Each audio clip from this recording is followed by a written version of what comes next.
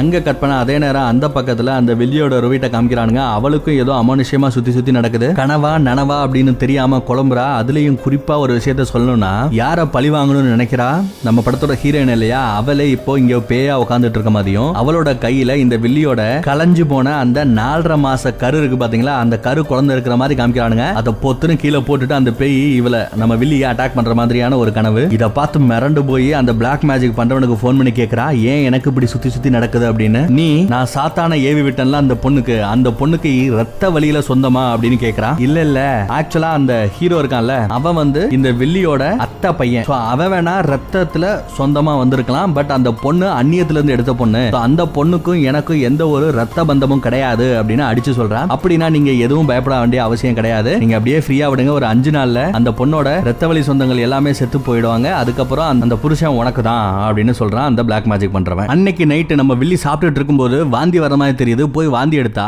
சாப்பிட்டது வாந்திக்கு வரும்னு பார்த்தா ரத்தத்தை உரியிற அட்டைகள் அப்படியே வாயிலிருந்து கொட்டுது. மிரண்டு போறா. போய் ஒரு சேர்ல உட்கார்ந்தா அவளோட கையிலே அவளோட பேச்ச கேட்க மாட்டேது. கையெல்லாம் அப்படியே முறுக்கி ஏறுது. கை எலும்புகள் எல்லாம் உடையுது. காலெல்லாம் அப்படியே நொறுங்கி முருங்குது. ரொம்பவே கொடூரமான முறையில அப்படியே உடம்பெல்லாம் வளைஞ்சு போய் வாய் அப்படியே பொழந்த நிலைமையிலேயே அவ அப்படியே செத்து போறா.